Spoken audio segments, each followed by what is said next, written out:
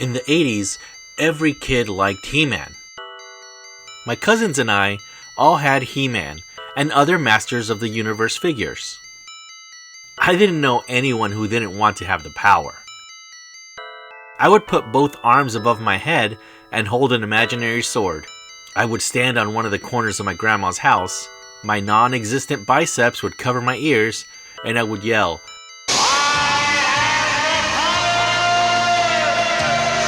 To me, it sounded like a dead-on, super loud impression. But I'm sure I sounded like all the other kids at the time.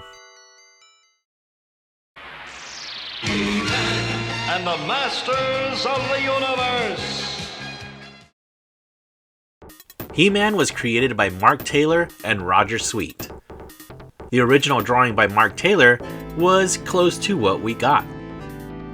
The original sculpt of He-Man was made from kit bashing a Big Jim figure. The three figures that came from the kit bashing session were Bullet Man, Tank Head, and He-Man. It's been rumored that He-Man was originally a toy line for Conan the Barbarian, but was scrapped because of the violence in that film. So Mattel went with their own toy line and called it Masters of the Universe.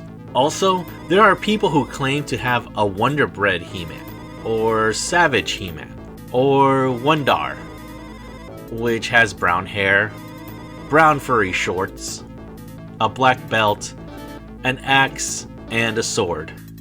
Then there's some with a shield, and some with a mace. Some say that he's stamped with 1981. Did he say 1981?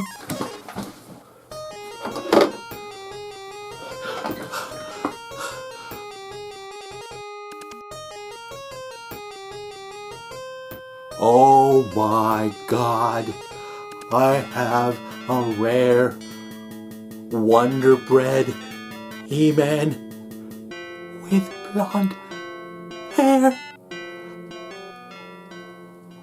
How are these two rumors related? Well, there's a theory that says that Wonder Bread He-Man is just a surplus from the cancelled Conan line. Of course, these are only rumors. Personally, I don't know what to really think about Wonder Bread He-Man. I mean, I'm not saying that he doesn't exist or anything, but all the proof is super weak. 1981 on his back. My He-Man has that. Belly button? Yeah, my He-Man has that too. What about the stuff under his neck? My He-Man has that as well.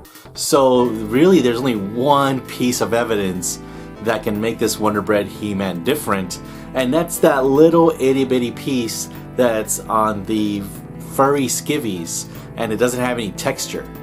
I'm not saying he doesn't exist, but the proof is pretty weak, and who knows at this point? Nobody seems to have a definite answer. There are different card backs available. The 12 back packaging, it's called this because it has 12 figures on the cross-sell, has some very nice artwork of He-Man, Teela, and Man-at-Arms. They are looking over some grassy hills, and it says, He-Man guards the safety of all Eternia with his faithful allies by his side. He-Man has 6 points of articulation. His head is on a swivel and can turn all the way around. His arms are also on pegs that can turn all the way around. His legs are on elastic bands, and he has a trunk twist that springs back. This feature is known as the Power Punch. Now it has to be said that a lot of these older figures, the bands seem to break down. So sometimes you'll see figures with no legs, or the legs broken off, or maybe even loose legs. This particular He-Man was made with a softer plastic head, so his head can squish down. He-Man has blonde hair, a tan, skin tone arm bracers, his right hand is ready to hold an accessory or ready to punch, and his left hand is open. He has an orange belt, reddish brown furry skivvies, reddish brown boots. He-Man's accessories include his power harness, battle axe, shield, and one half of the power sword. The other half of the Power Sword comes with Skeletor. These two swords are prone to bending and stay that way. I like to use my old friend Poster Putty to hold the swords in place. When the full sword is together, the handle is double wide and hard for the figure to hold, but it's still super cool. The complete sword can be used to open the drawbridge on Castle Grayskull.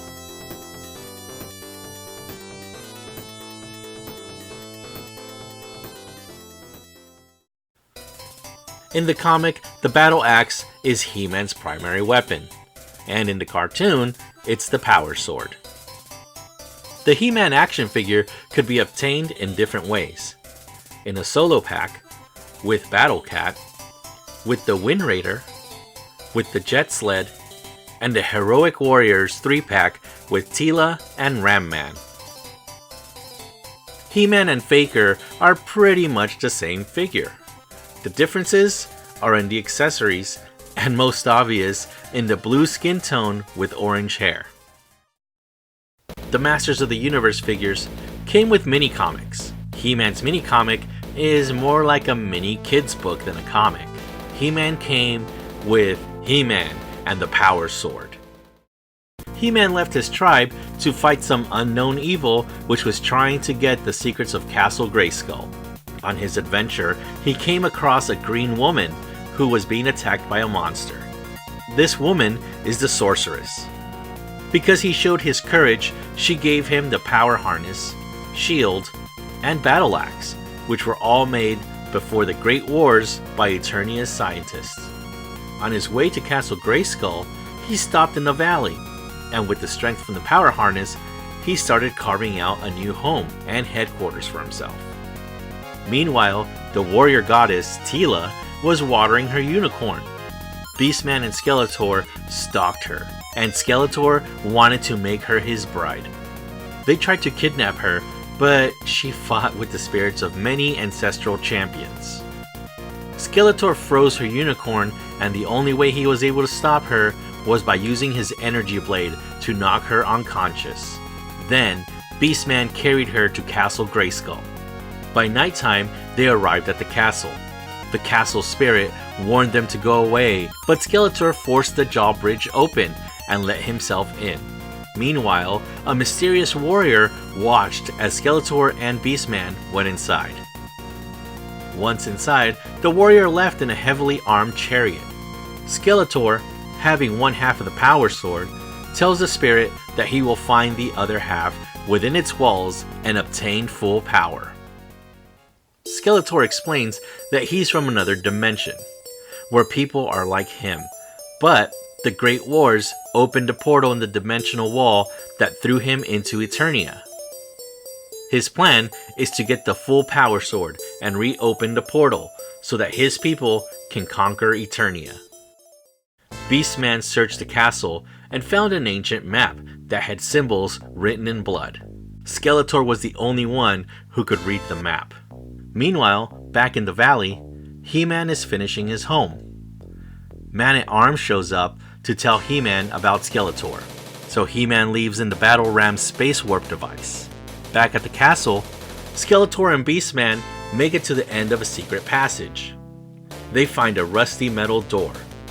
Upon touching it, the castle releases its spirit and curses them.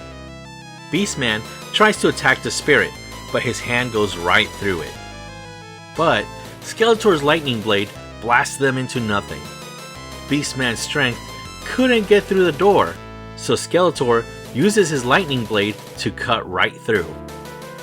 As they try to get through, they hear some commotion outside. Skeletor sends Beastman to see what's happening.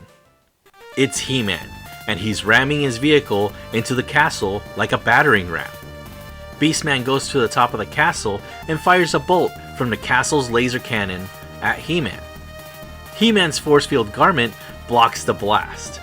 Then Beastman changed his target to the vehicle, since it wasn't protected by the force field. He hit the vehicle, and when He-Man rolled out, he accidentally turned off the force field. He-Man was Beastman's new target.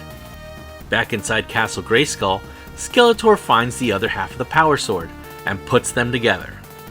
The sword bursts into green fire, and Skeletor turns thirsty for battle.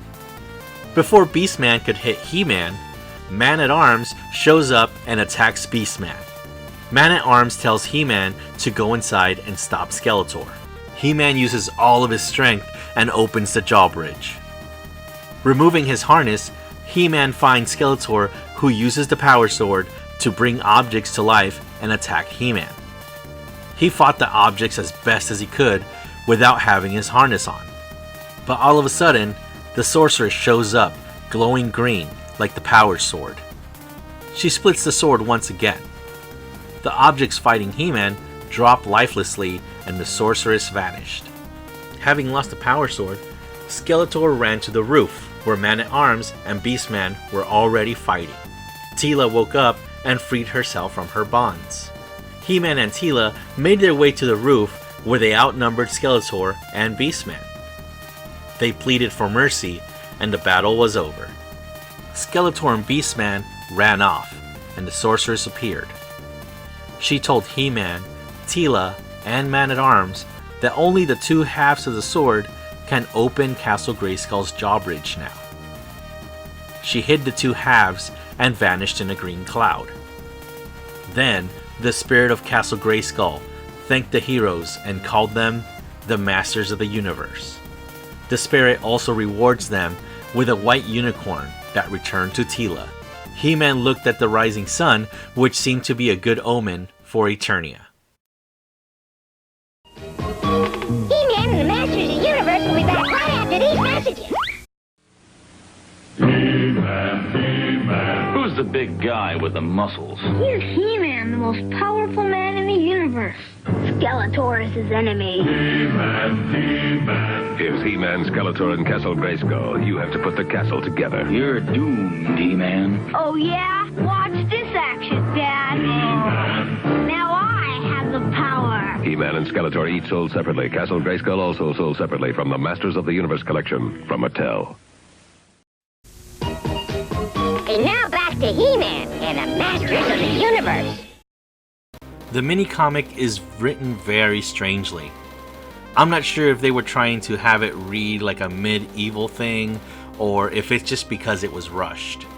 When Skeletor gets to Castle Grayskull, they show Merman and Stratos, but they don't mention anyone else with Skeletor and Beastman. They also call Skeletor's sword the Energy Blade, but then later on they call it a Lightning Blade. When Man-at-Arms is introduced, He-Man talks to him like they've always been friends. In this comic, they talk about things as if they were already familiar, and this is the first time that they're being introduced to us. Besides that, I did enjoy it. It makes me wish we had a green sorceress, and I love the whole Power Sword lore.